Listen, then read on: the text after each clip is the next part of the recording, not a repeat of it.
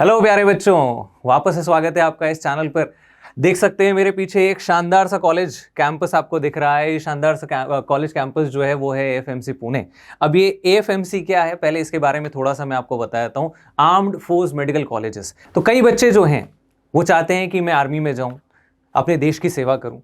तो कुछ बच्चों के लिए क्या होता है कि ये रास्ते शायद कहीं ना कहीं रास्ते बंद हो जाते हैं। तो उनके लिए एक रास्ता है एएफएमसी या आर्म्ड फोर्स मेडिकल कॉलेज की। वो डॉक्टर बनने के बाद भी उसी रैंक पर, उसी पोजीशन पर आर्मी में काम कर सकते हैं और एज डॉक्टर सर्व कर सकते हैं इंडियन आर्मी में। तो बच्चों, एक बहुत सुनहरा मौका उन बच्चों के लिए जो डॉक्टर बनने के साथ साथ अपने देश की सच में सेवा करना चाहते हैं। तो बच्चों, ये एएफएमसी ने अभी अभी अपना लेटेस्ट ब्रोशर जारी किया है 2026 का, और उसके अंदर क्या क्या बड़े चेंजेस आए हैं, कुछ बड़ा चेंज है या नहीं है, पहली बात तो ये, या फिर इस साल की जो एलिजिबिलिटी क्राइटेरिया है वो क्या रहने वाली है। अगर आप भी एएफएमसी में जाना चाहते हैं और एक रेप्यूटेटेड पोस्ट पर अपने आप को डॉक्टर कहलवाना चाहते हैं, एक यूनिफॉर्म के साथ, आर्मी की यूनिफॉर्म मिलती है अगर आपको पता हो तो आर्मी की यूनिफॉर्म के साथ डॉक्टर बनना चाहते हैं, तो ये आपके लिए है। तो बच्चों, शुरुआत करते हैं एएफएमसी से।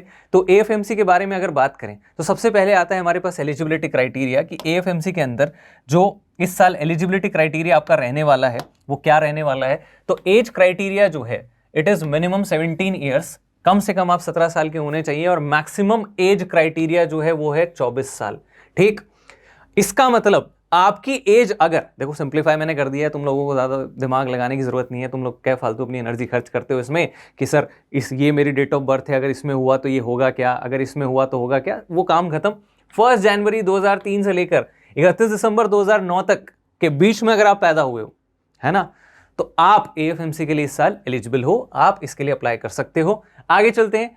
Academic qualification. एकेडमिक क्वालिफिकेशन क्या होनी चाहिए आपके पास कि आप एएफएमसी में अप्लाई कर सकते हो, तो उसके लिए कंपलसरी है 12th क्लास आप इंग्लिश से पास करें, है ना। कई बच्चे होते हैं हिंदी मीडियम के होते हैं, लेकिन यहाँ केवल और केवल इंग्लिश होनी चाहिए आपके पास, विच इज इंपॉर्टेंट। इसके बाद पीसीबी, फिजिक्स केमिस्ट्री बायोलॉजी आपके पास होना चाहिए, या बायोलॉजी की जगह बायोटेक भी हो सकता है। इसके बाद मिनिमम 60% एग्रीगेट इन पीसीबी।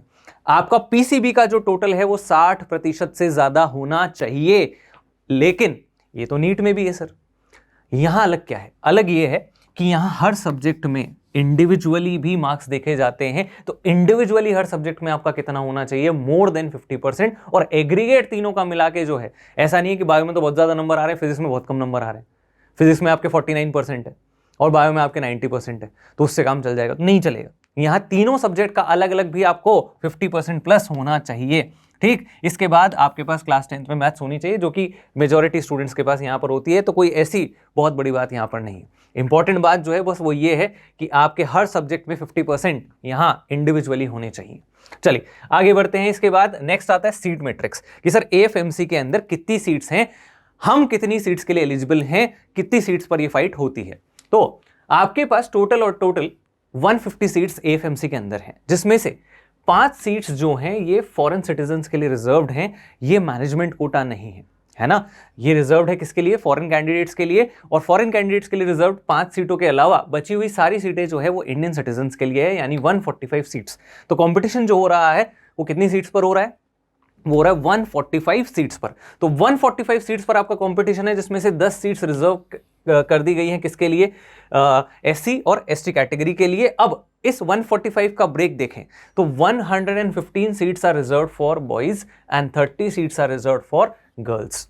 तो लड़कियों को भी ये मौका मिलता है, हालांकि बराबर का मौका नहीं है, लेकिन फिर भी मौका मिल रहा है। मौका है 30 सीट्स गर्ल्स के लिए रखी गई है और 115 सीट्स बॉयज के लिए रखी गई है। ठीक, तो ये है आपके पास सीट मैट्रिक्स। तो टोटल आपके पास 145 सीट्स हैं। अगर हम कैटेगरी वाले को कंसिडर नहीं करते हैं तो हमारे पास 135 सीट्स हैं, जिन पर कंपटीशन जो है उसमें 115 सीट्स बॉयज के पास है और 30 सीट्स गर्ल्स के पास है। चलिए आगे बढ़ते हैं। नेक्स्ट, अब सिलेक्शन कैसे होता है सर?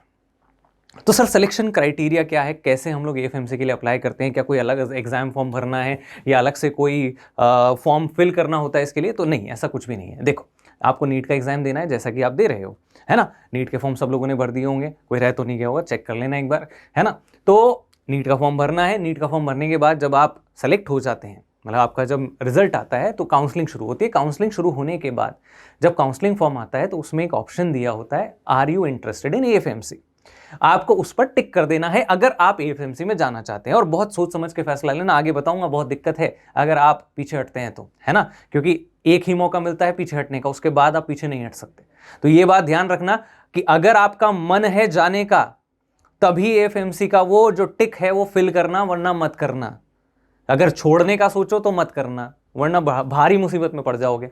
अभी भारी मुसीबत आगे बताऊंगा क्या है। तो नीट स्कोर पहली चीज तो इंपॉर्टेंट, कि आपका क्वालिफाइंग स्कोर होना चाहिए, कि जो कट ऑफ इसका रहता है एएफएमसी का, उस कट ऑफ को आप क्लियर कर रहे हो, पहली चीज। ये जब हो जाता है तो उसमें से कितने स्टूडेंट्स को सेलेक्ट किया जाता है? 2000 स्टूडेंट्स को स्क्रीनिंग के लिए सेलेक्ट किया जाता है। स्क्रीनिंग बेसिकली क्या होता है, आपके डिफरेंट टाइप्स ऑफ टेस्ट लिए जाते हैं, अभी मैं उनके बारे में बताऊंगा आपको। तो स्क्रीनिंग होती है, उसके अंदर 1600 बॉयज और 400 गर्ल्स जो हैं वो शॉर्टलिस्ट किए जाते हैं। अब इन शॉर्टलिस्टेड कैंडिडेट्स के साथ क्या किया जाता है, इनका अगला टेस्ट होता है of English language and reasoning, जिसको हम बोलते हैं टॉयलर।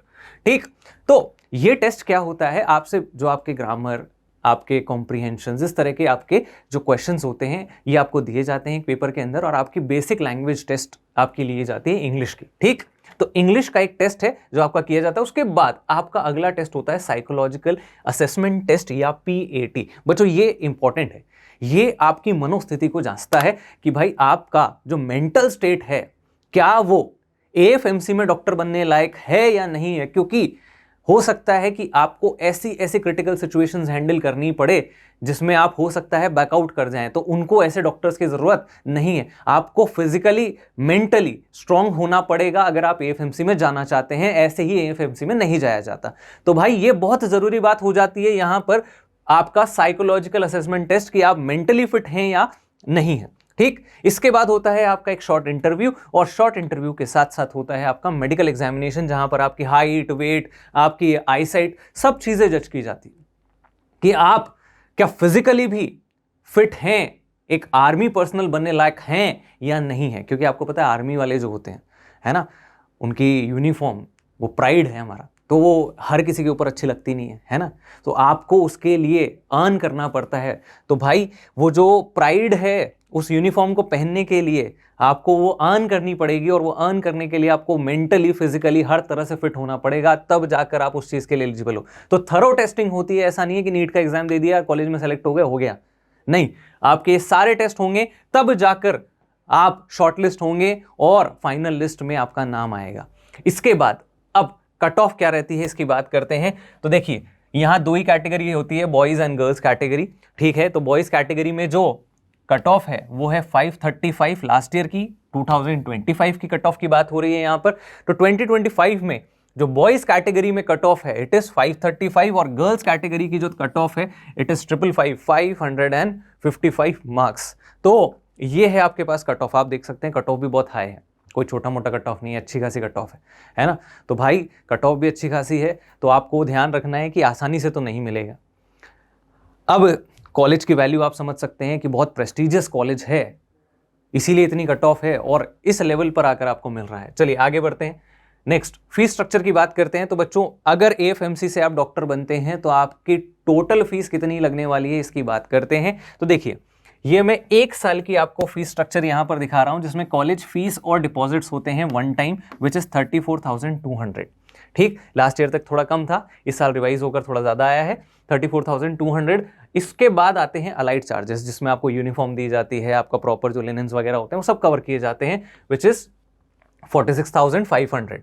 और ये सारे जो हैं ये पूरे आपके 4.5 साल का जो कोर्स है उन पर है। ठीक, इसके बाद आपके मेस चार्जेस हैं जो कि 6,000 हैं, यूनिवर्सिटी फीस जो है वो है 3510, और एक इंश्योरेंस होता है साल भर का आपका, जिसका प्रीमियम जाता है लगभग 7,000 से 7,500 के बीच में। तो आपका ये टोटल फीस स्ट्रक्चर आता है कितना, 97,710। अब ये तो हो गया वो फीस जो आप डिपॉजिट कर रहे हो। इसके अलावा जो आपका ईयरली रहेगा वो रहता है इसके बाद मात्र 10 से 15,000, यानी आपका टोटल जो 4.5-5 साल का खर्चा रहने वाला है वो लगभग 1.25 लाख से 1.5 लाख के बीच में रहने वाला है। तो इतने खर्चे में आप डॉक्टर बन जाएंगे। तो इतना खर्चा रहता है अगर आप एएफएमसी से एमबीबीएस करते हैं तो। ठीक, चलिए आगे बात करते हैं। इंपॉर्टेंट बात जो कि मैंने कहा आपको कि भाई गलत फैसला लिया तो फंस जाओगे, क्योंकि यहां है सर्विस बॉन्ड। आप अगर ऐसा सोच रहे हो कि मैं एक काम करता हूँ, इसमें जाता हूँ, मैं बढ़िया अपनी MBBS कंप्लीट करूँगा और वहाँ से छोड़ कर निकल जाऊँगा और कहीं और प्राइवेट कॉलेज में प्राइवेट हॉस्पिटल में प्रैक्टिस कर लूँगा। नहीं हो सकता, there is no possibility for you, क्योंकि यहाँ फिल करना पड़ता है आपको एक सर्विस बॉन्ड।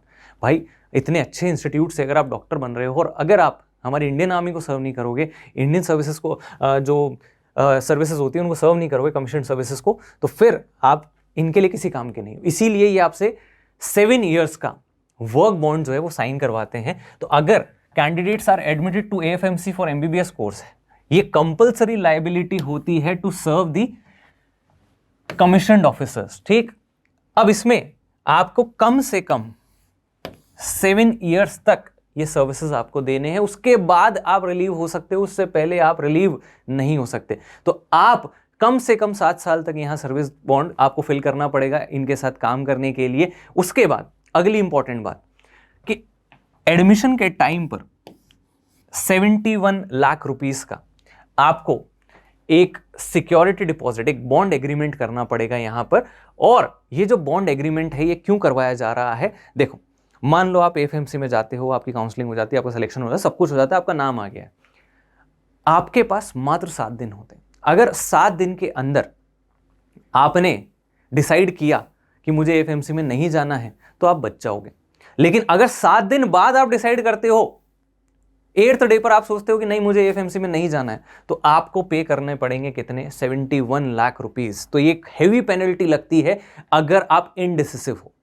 तो इसीलिए मैंने आपको शुरुआत में कहा था कि अगर आप डिसाइड कर चुके हो कि आपको AFMC में जाना है, तभी आप ये काउंसलिंग प्रोसेस में पार्टिसिपेट करें, वरना आप काउंसलिंग प्रोसेस में पार्टिसिपेट ना करें कि सर बेहतर कॉलेज मिल रहा है सर इस राउंड में, तो मैं उसमें चला जाता हूं। नहीं होगा भाई, कोई चांस नहीं है। आपके पास एक ही मौका होगा, 7 दिन होंगे। अगर 7 दिन के अंदर विड्रॉ कर लिया ठीक है, कुछ नहीं लगेगा, कोई दिक्कत नहीं है। लेकिन 7 दिन के बाद अगर आप विड्रॉल करते हैं तो दिक्कत है, तब आपको 71 लाख रुपीस की पेनल्टी फेस करनी पड़ेगी और इसका कोई बचने का रास्ता नहीं है। ठीक है, तो आप आर्मी से नहीं बच पाओगे, ध्यान रखना भाई।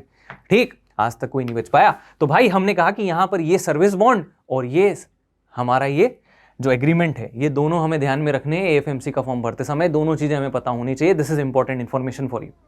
तो ये थी बात बच्चों AFMC के बारे में। आई होप आप लोगों को सारी बातें क्लियर होगी, सारे जितने डाउट्स हैं आपके AFMC को लेकर वो क्लियर हो गए होंगे। और ऐसे ही और अपडेट्स के लिए इस चैनल के साथ जुड़े रहें, फॉलो करें, सब्सक्राइब करें प्लीज। और जल्दी से जल्दी नए वीडियोज में आपके लिए लाता रहूंगा इस चैनल पर, तो प्लीज जुड़े रहें।